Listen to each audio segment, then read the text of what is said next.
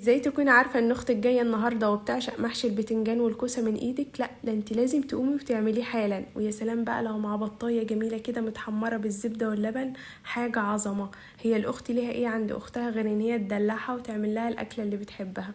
بس قبل ما نبدأ الفيديو ما تنسوش تعملوا لي لايك وشير ومتابعة وكملوا الفيديو للاخر. يلا بينا نشوف هنعمل الجبروت ده ازاي.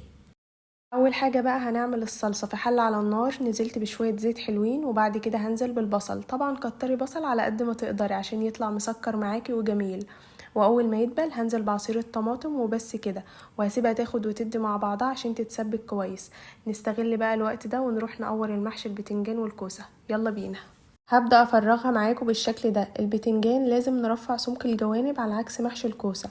بجد محشي البتنجان من احسن المحاشي المفضلة بالنسبة لي، وكمان هنعمله تركاية كده هتعلي الطعم جدا جدا. كده خلاص خلصته وغسلته كله وحطيته كمان في مية وملح، وعملت الكوسة وشرحتها من بره كده بالسكينة، ودي اختياري زي ما تحبوا طبعا. بعد كده هحمر البتنجان في زيت على نار متوسطة. هنزل بالبتنجان يا دوبك يدبل على خفيف كده، هقلبه على الناحية التانية. بجد يا جماعة التركية دي بتخلي طعمه حلو جدا جدا.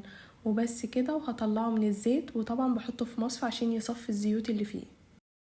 كده الصلصة بقت جاهزة معايا. هبدأ بقى اجهز خلطة المحشي. في بولة هنزل ببصلتين مفرومين وهنزل عليهم بالبهارات: معلقة كبيرة فلفل اسود، ومعلقة كبيرة كمون، ومعلقة كبيرة 7 بهارات، ومعلقة كبيرة من الكزبرة الناشفة، ونص معلقة قرفة، ومعلقة كبيرة ملح. واقلبهم مع البصل كويس، وبعد كده هنزل بالخضرة ونقلبهم برضو كويس، وبعدها هنزل بيهم على الرز ونقلبهم كويس، وبعد كده هنزل بالصلصة بالتدريج ونقلب ونقلب.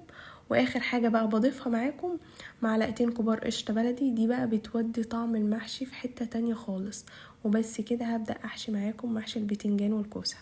طبعا مش هنحشي المحشية للاخر علشان لما بيستوي اوريدي الرز بيزيد، ولو مليتها على الاخر هتلاقيه معجن معاكي جدا ومش مستوي خالص. تمام.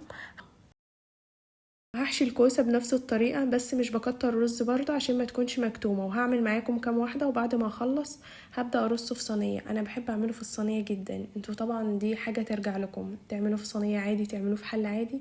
كده كده الطعم هو بيبقى طعمه حلو وجميل في الحالتين، سواء في الحلة او في الصينية. بس انا عن نفسي بحب اعمله في الصينية جدا. زي ما انتوا شايفين كده هرص الكوسة جنب بعض كده، وبعد كده هرص البتنجان. وبعد ما خلصت حشية فاض معايا شوية رز حشيت بيهم الفلفل.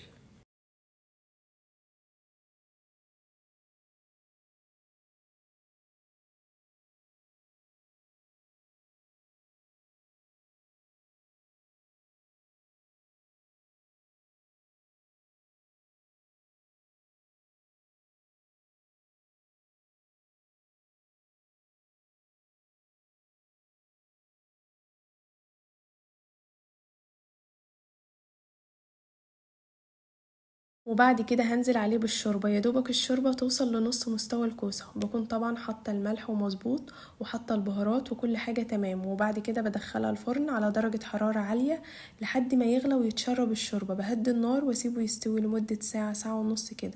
وبعد ما يستوي هفتح عليه الشواية ياخد لون من فوق. وبس كده. ايه الجمال ده! بجد خطير وطعمه تحفة. بجد بجد الطريقة دي حلوة جدا.